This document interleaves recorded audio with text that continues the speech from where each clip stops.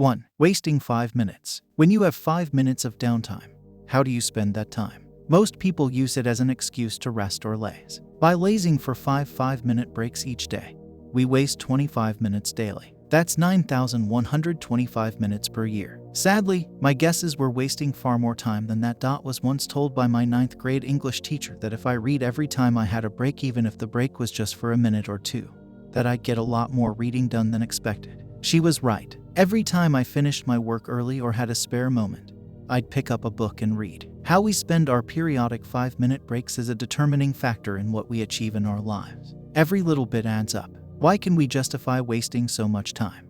2. Not valuing $1. Understanding the value of $1 is the same as coming to appreciate the value of time. To thoughtlessly spend $1 may not seem like a big deal, but it actually is. That frivolous spending compounded over a long enough time could be millions. It also reflects a lack of care about the details, which is where the true art and value lies. Additionally, most millionaires are self-made, 80% being first-generation rich, and 75% being self-employed. Not getting paid hourly challenges you to take more responsibility for every minute and every dollar. Consequently, a great majority of millionaires are extremely frugal with, or at least highly mindful of, their money. 3. Believing success will make you happy. One of the enemies of happiness is an adaptation, says Thomas Jailovich, a Cornell psychologist who has studied the relationship between money and happiness for more than 2 decades. We buy things to make us happy, and we succeed, but only for a while. New things are exciting to us at first,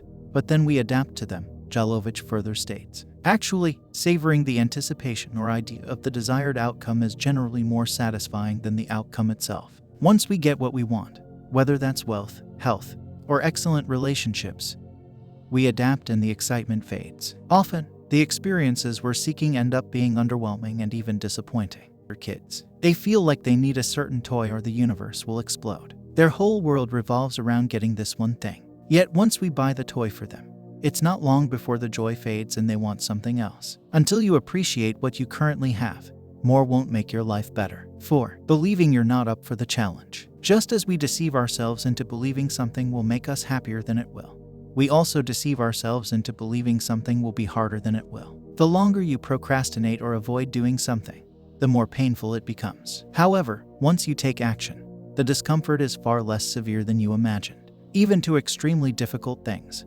humans adapt. I recently sat on a plane with a lady who has 17 kids. Yes, you read that correctly. After having 8 of her own, she and her husband felt inspired to foster 4 siblings, whom they later adopted. A few years later, they took on another 5 foster siblings, whom they also adopted. Of course, the initial shock to the system impacted her entire family, but they're handling it. And believe it or not, you could handle it too if you had to. The problem with dread and fear is that it holds people back from taking on big challenges. What you will find, no matter how big or small the challenge, is that you will adapt to it. When you consciously adapt to enormous stress, you evolve. 5. Pursuing happiness. There is no way to happiness. Happiness is the way. Most people believe they must first have something like money, time, or love before they can do something like traveling the world, write a book, start a business, or have a romantic relationship that will ultimately allow them to be something like happy, peaceful, content,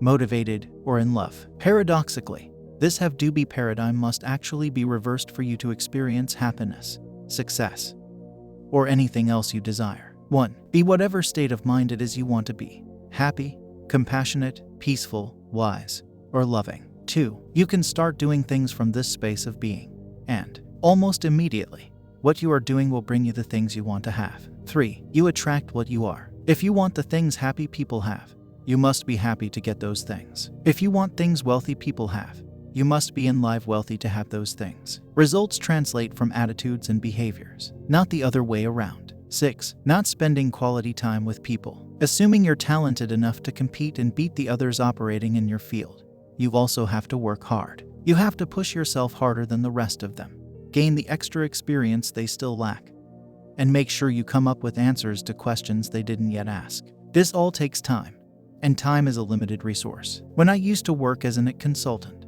specializing in database technologies, I spent my work hours visiting clients and spent my evenings and weekends catching up with new advancements in my field. Whenever I heard of a new version or feature is released to one of the databases I worked with, I had to test them right away. I spent my nights installing, reading, and tweaking parameters, playing with products still in their beta phase. I was always ready with answers in case one of my customers needed my services in evaluating whatever was currently hot.